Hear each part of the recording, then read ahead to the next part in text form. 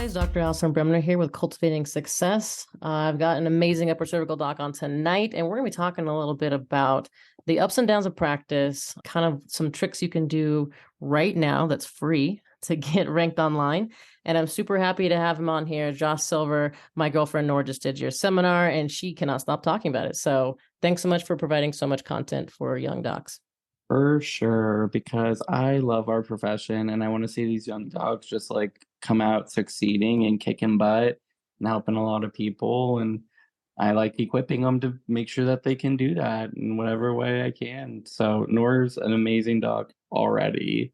I'm excited for her to really have a new tool to help. Yeah, and we were kind of talking about that. Man, I know that a lot of young docs are a little nervous getting out there and they kind of don't know what to expect. So tonight we're going to talk a little bit about some things that you can do in preparation for practice because it can be challenging. And so, I think we're going to share a little of our stories of things not going the way you want it to. And I know in my career of 15 years, I've had shit not go my way. And you know what? You always learn from it. So, Doc, what do you think if you could go back? So you graduated in 2014, go back into that era, what would you tell yourself? How would you do things different? How would I do things different? I'd say maybe read the contract a little closer, you know? Double check the bullet points, ask questions because when I was a student, I was just so excited and happy like somebody wanted to hire me at all that maybe I flew through that contract agreeing to everything because I thought, oh, if I fight anything, then maybe they won't want me. And I was just young and insecure, but like really they made a lot of money off of me. They do want me. I have a lot to offer. So I would have negotiated that contract a little tighter. And on my next jobs, I did, and it ended up going super smooth. I asked for more money, and they're like, "Okay, sure, no problem." Yeah, So, a contract a lot of times is a jumping off position. I think that that's what business is, right? It's like you should have the ability to negotiate. And as a student, I get it. You're like, I don't know what I'm doing or what to do here. So yeah, you always can. Because the worst thing they could say is just no. They're not necessarily gonna be like, oh, pass. They might just say r- no. right, they're not going to be like, "Oh, you asked for that. We're not going to hire you now." Right. Yeah. Yeah, which I think is what I thought was going to happen if I asked. So I just didn't ask at all. So, yeah, I mean, I overlooked some things that ended up really ruining my experience there, and I wish that I could have negated that, but, at the same time, everything's a learning experience, and you grow out of every mistake you make, and I'm perfectly happy where I'm at right now, so all the mistakes got me here, so I guess they're okay, and that's how we get through. Yeah, I mean, we were also talking about, winning and losing. And, if you guys have been listening, 'cause I play a lot of sports and man, you learn a lot more when you lose. Not to say that I like losing or want to lose all the time, but if you just win, that's boring. You gotta you gotta take some licks sometimes. I think that getting punched in the face is like one of the best life experiences that you could possibly have, literally and figuratively. I think that's good for you. Yeah, I haven't been there yet, so hopefully maybe someday, but yeah, my I wanted to be the best chiropractor in the world, and I got really interested in upper cervical, and I got really interested in advanced orthogonal, and the guys that made the technique seemed like a promising place for me to really learn the work well. And the truth is as an associate, you make less money guaranteed than you ever will as an owner. Just guaranteed, guaranteed because you're paying all 65% of commission to the boss, but you're learning how to run a business, you're learning how to do the technique. And when you make mistakes, you're making it on their dollar, not on your dollar. When it's your practice, if you make a mistake, you have to pay for it. But when you're working for somebody, you don't. And so part of that reduction in your take home really is paying for the education that you're getting out of being the associate. Yeah, you're definitely paying for their dime. I will say I'll push back on you that I think you can make a whole lot more as an associate, some people, than they will ever owning their own practice, but it depends on the person. I think that And there's no hard and fast rule because some people are crazy and meant to be an owner, and some people are meant to be an employee. There's nothing wrong with either of them. And I think that to your point is that just like when medical doctors come out of school, their first job is like $55,000. they pay them almost nothing because one, they want to see, can they even do this? And two, yeah, I mean, like if you mess up, you cannot make money and not pay your rent. That would be the worst thing that could happen. But then you don't also like lose the business along with it. Sure. And so I'm down to like agree. Okay, I did it, spend a year doing my time in the trenches, doing the hard work, earning my worth, made my 70K. I was happy with that. But the second year in, I know what I'm doing now. And we are doctors. We went to school for a long time. And I don't think in today's world any doctor should be making less than six figures, period, in their second year. But But also I'd worked hard. I had earned, reputation and speed by then. So well, were you a W-2 or were you a independent contractor? Let's talk about that for a second. What the difference is. What was your contract? so I've always been W-2 Oh, until okay. recently when I started my business. And didn't know any better, didn't know the difference. But now that I and have my own business, I have a W-9, I realize everything is a write-off. And I'm so frustrated for all those years as a W-2 employee when I paid for continuing education out of post-tax dollars that could have been written off. This is a great topic. I love this. So, real quick, if you're listening, you don't know the difference. There's basically a W-2 employee is you're getting paid a salary, which can sound real nice at a school because you're like, oh, I'm guaranteed this money. And that is nice. But to what Josh is saying is that when you have a business expense, and let me tell you, for me, almost every freaking thing's a business expense, you can write it off and reduce your taxes. When you're a W-2 employee, guess what? Your taxes get pulled out. Now, I mean, so I always have my associates as independent contractors and on percentages because guess what? They keep making more money because they bring more in, they get more percentages, and actually their percentages increase the higher they go, not the other way around, which I've heard that before. Right. And they can write all their stuff off. They can write off their continuing education, like you said, and anything that they go out to lunch with another practitioner. They can write that off too. That's right. And so for years, I don't know why neither boss put me on as a W-2, they or as a W-9, they always ran as a W-2, which also cost them more money in taxes than they would have having me as a W-9. Well, they From probably what didn't want to pay you. That's what it was. They could keep you at that yeah, salary, you know. yeah. Because if Well, you, I mean, if it was commission percentage pay either way, pay me as a W-2 or pay me as a W-9, the taxes for them are higher if I'm a W-2. So yeah, you have to pay employment tax, but it is interesting thing, and quite frankly, it's a little tiny thing, but it's something that's not talked about, right? Like I'd never even heard of what those two things are, or knew that there was a difference. And so some of the things I talk about on this podcast are just like start thinking about, hey, what does this make sense? Should I be, is my personality more of like, I kind of want to just show up and see people and then go home and not put any extra effort in? Well, you might be an employee. If you want safety, you might want to be an employee.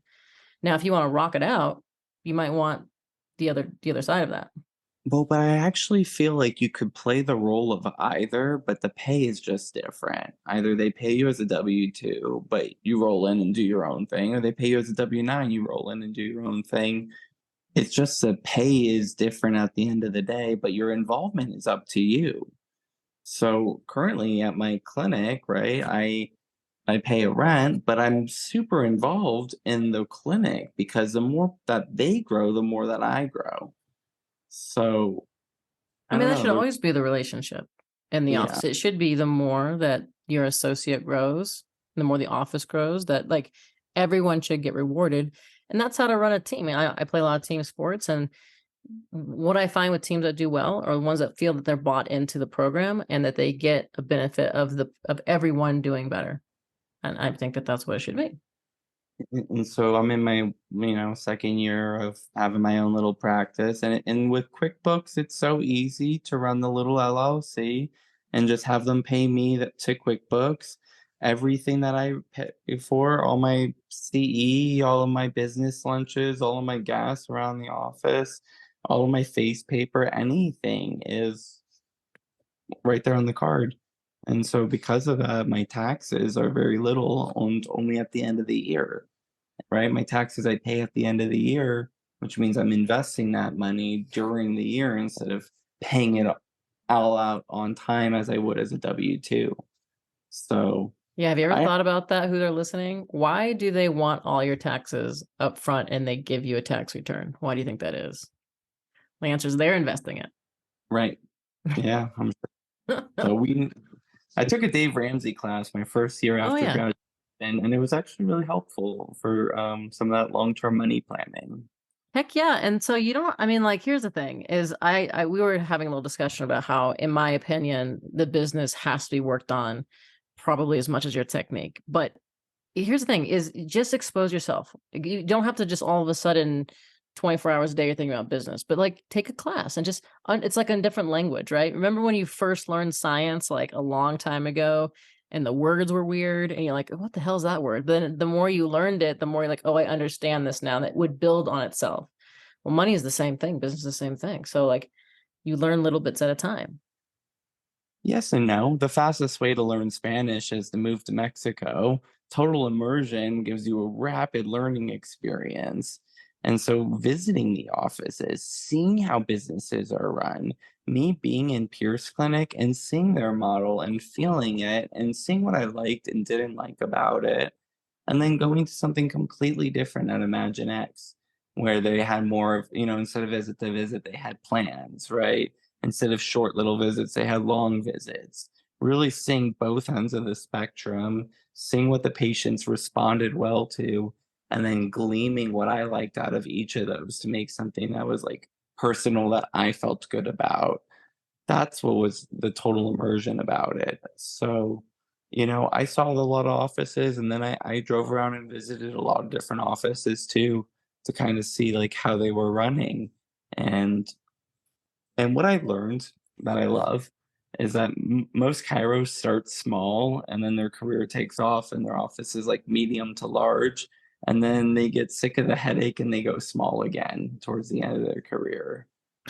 Yeah, well, because what happens is sometimes you grow a little too fast and you don't have systems in place and you're making $1 million and spending 1,000,001. And Mm, that can be challenging. And then also can be challenging where you don't feel like you're connected to your patients anymore. Like it's hard to see a bunch of people. And yeah, I've seen that over time too, is right? that they kind of get to the end, they're Burning like, out and I don't want to burn out because I want to do this for 50 years. So, I've been playing with this term skip to the end. And if all these old guys end small or end medium, maybe we can skip to the end and just go for that in the first place. there's So, this old fable of this rich American goes down to Mexico and he spends a week with his family and he finds this guy who's this fisherman and he goes and he takes him out fishing and he had like the best day of his life. And he was like, man, I wish I could just do this every day, but like I have to go back to work. And the fisherman's like, I do this every day and just live simply every day. But the guy spends a crap ton of money to get there to spend one day in what he could probably just do if he wanted to. It makes him happy. for sure, for sure. At the end of the day, like, seek your happiness is the meaning of life and whatever form that is for you. It's different for everybody. For me, it's being on the kayak with my son. So I work Monday, Wednesday, Thursday, and Tuesday and Friday we go kayaking. And Yeah, I we've have created some people ask me what I do. They're like, "What do you do on Wednesday and Friday?" And I'm like, Whatever I want to do on Wednesday and Friday." I play sports. That's what I do. I stay But sane so I can be here on Monday for you.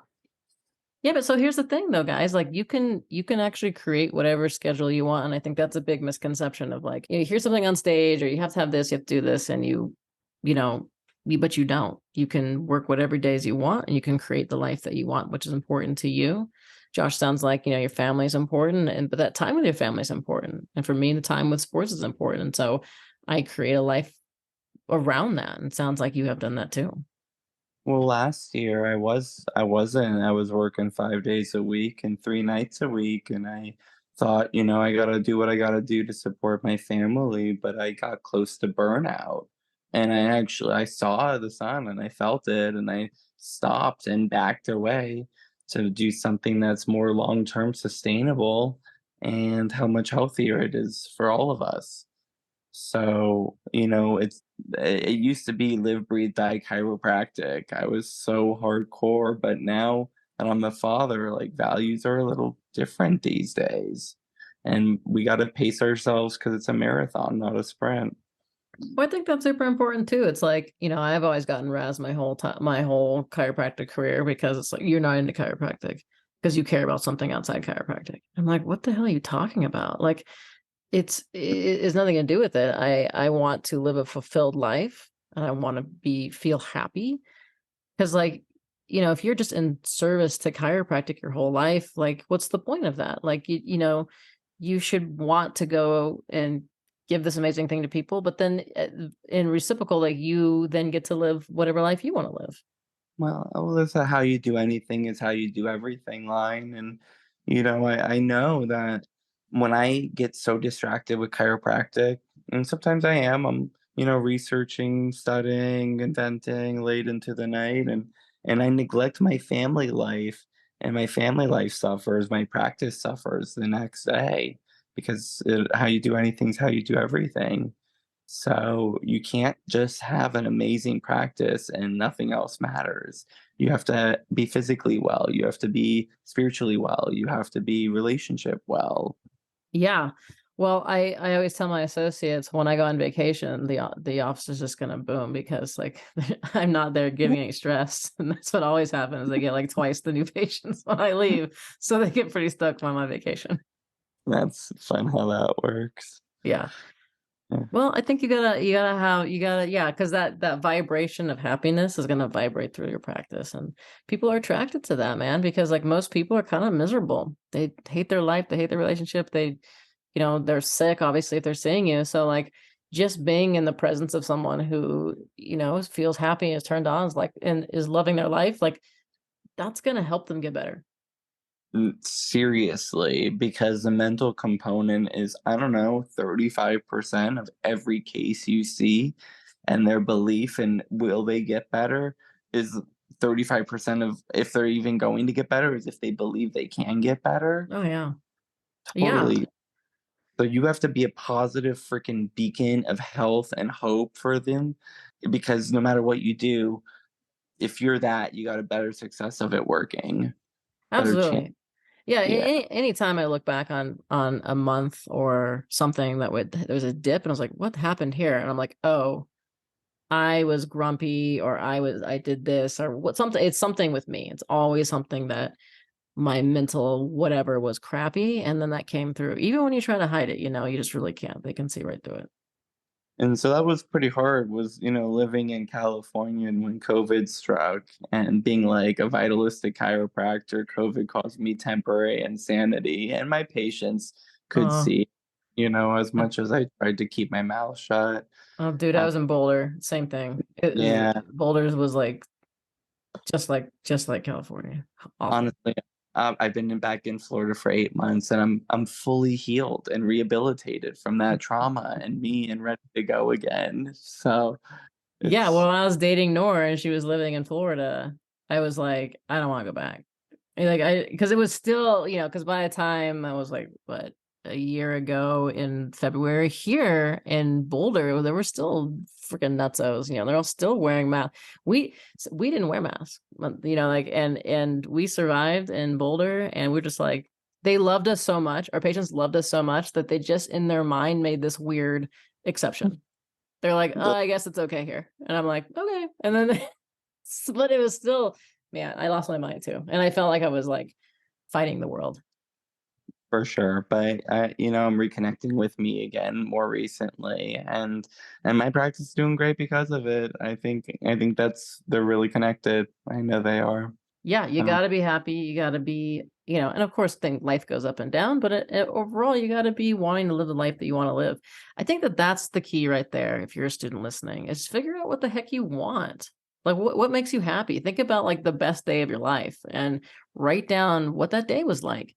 And you're gonna find things that you're like, oh, these are these values that I really hold true, and understanding who you are. I think that we get so wrapped in school, like you're saying, we get so wrapped up in school and chiropractic, we sometimes lose a little bit of ourselves. And that's where, danger happens when you lose yourself. I know I had to learn hobbies once I got out of school, and I bought a ukulele and started teaching myself, and it's like, "Oh, I actually think I kinda like this." There's something outside of just chiropractic that I enjoy. So, Yeah. What else do you do besides play? You said you kayaked a little bit. the well, these days I farm, I create, I invent, I'm involved in a lot of different things, but I'm being a dad, and I'm really focusing on raising an amazing child who will someday take over the upper cervical profession for all of us. I'm training him now at 2 years old, and he's getting pretty good, so All that's the right. dream. I do think gardening, when we say farm, do you mean growing things? I got chickens, I got about 60 different plants on the lot, so yeah, we're Yeah, man. I think that that's such a good comparison to practice where you plant and you tend, and at the end, you have so much abundance you don't know what to do with, but it takes time. Well, I have to compartmentalize, my hobbies have to be healthy because I have to work on my health. So, it's exercise with the child. It's two things in one. It's family time and it's our physical health. You have to, so at least with that gardening being a hobby, I'm taking care of my health by knowing we have real organic food coming our way every day. Yeah. So, it's been life changing to really get into that. That's awesome. Gardening here. So I have a pretty big garden in Colorado, but it is not like I'm from California, Northern California. My dad's a farmer. And California just put it in the ground. I think Florida's same, right? And it's just like it grows. Here it's like you need all kinds of dirt and you have to like can't get too much water, but it's super dry here. It can hail, it can freeze. It's I've learned a lot being here, which I've enjoyed. Different, very different.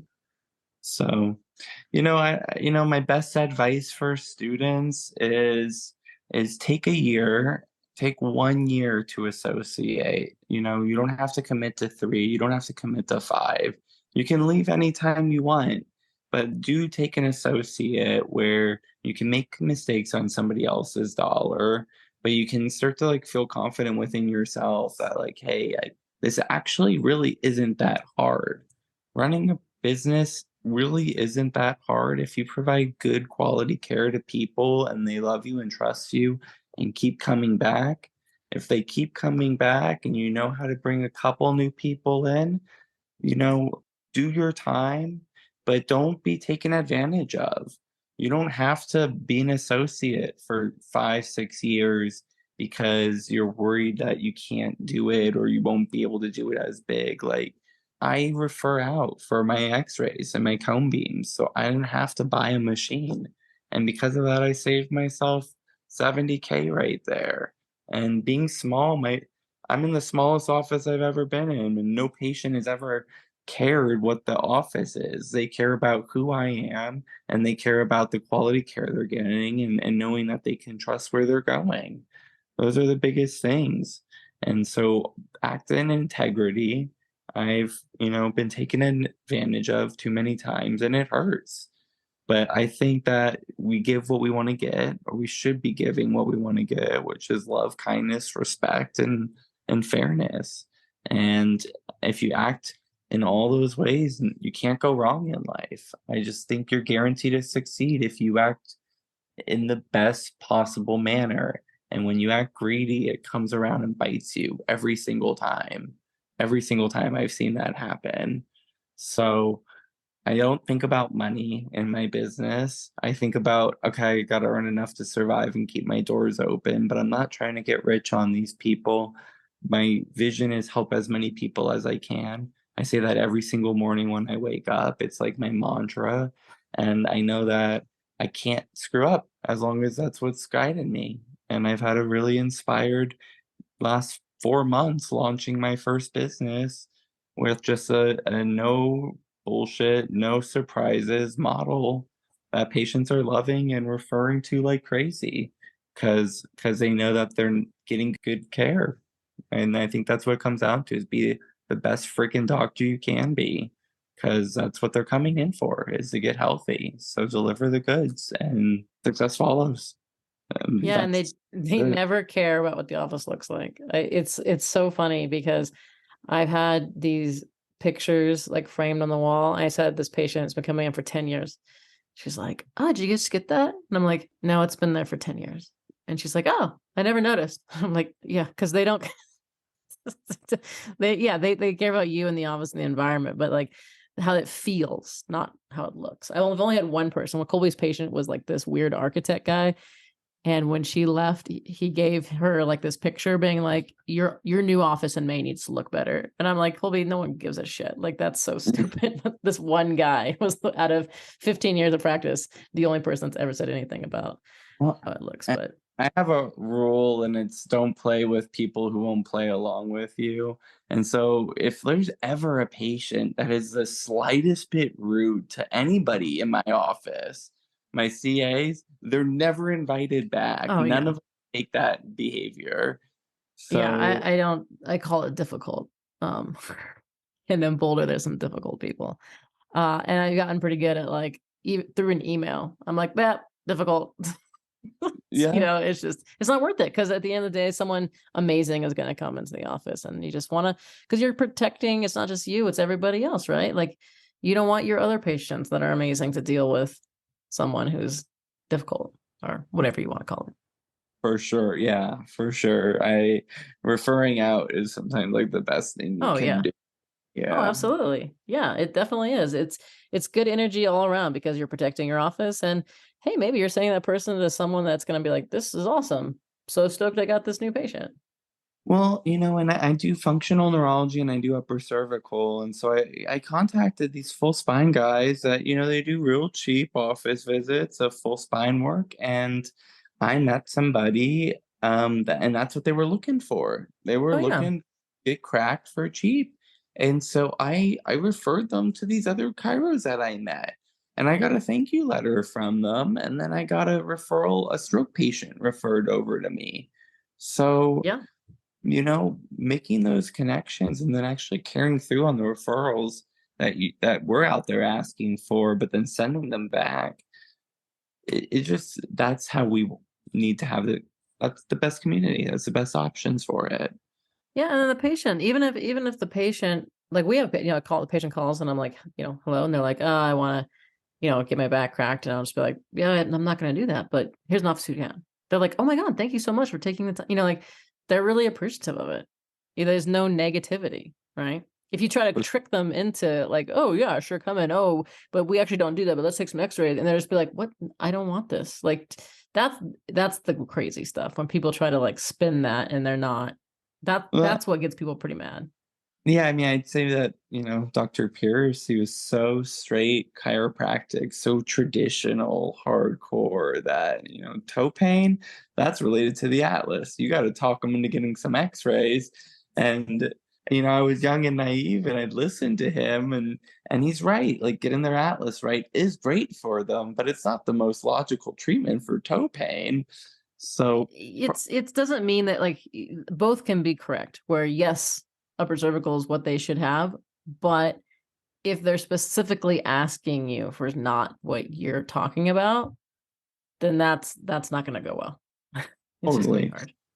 Right. And so I have this line that, it's right when you did straight upper cervical, it was like we always served was pizza. And whatever they came in wanting, they wanted nachos, we serve pizza. You better friggin' want pizza, and we're gonna talk you into getting the pizza, which I didn't feel necessarily was how I like to run my restaurant.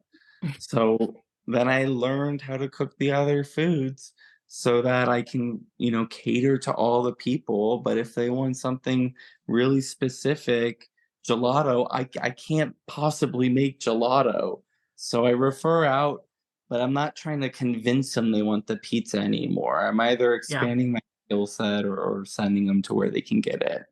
Yeah. I just So, think that that's, in the beginning you touched on just being ethical and honest. And again, that's going to come through. And if you're just continuing to do that, it's only going to serve you better. And if you try to talk that person into it, and again, in the beginning, actually try it because it's funny because like it gives you some tough skin. But in general, you should just be like, this person is not the right fit, and that's okay.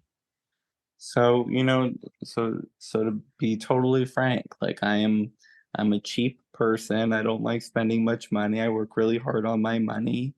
And so when I was selling $5,000 care plans, I knew that if I was sitting on the other side of that desk, I never would have bought that care plan. And because of that, I didn't feel ethical selling it. And because of that, people could see through that clear as day, that I was like trembling when I would say what the price was for it. That didn't vibe because I wasn't telling the truth. Now that I do visit to visit, I have no problem paying for that. So I have no problem offering that. And so since they see my sincerity and they can see through anything, it's been going much better, I'd say, on the visit model for me because of that all because of all that ethical stuff we're talking about. Yeah, whatever you're saying has to match. So whatever that is, I mean, I personally think you could say it's $1 million, and if that matches with you, great. But if it doesn't match, if in your head does not match with what you're saying, not going to go well. And they'll see, to your point, they'll see right through it, and they're not going to. If they do stick around, it's usually not going to go great. So whatever that is, it's just got to match. And I think that should be in life too. It's got to match what you're thinking, what you're saying should definitely match. Yeah, but just put yourself on the other side of that table and what would you want? What would you want your experience to be? So make sure that you're offering that and providing that for your people. And that's the best advice I could give. All right. Well, thanks, Josh, for coming on. And I know we did not talk about neurology, so that was probably hard for you, but I really appreciate you being open and honest because I got to tell you, I talked to a lot of chiros and they're, not as open and honest as you. So I really appreciate that. Thank you very much. You know what? It's been an interesting ride, but I'm so happy where it ended up. So persevere, work your butt off, and everything works out right in the end anyway. Just trust the process. Yeah, definitely. All right, guys. As Cultivating Success, we release a podcast the first Monday and third Monday. We love any sort of feedback you guys have. Let me know any topics you want to cover because we just want you guys to be successful and hopefully learn from all of us that we have on the show. I will see you later.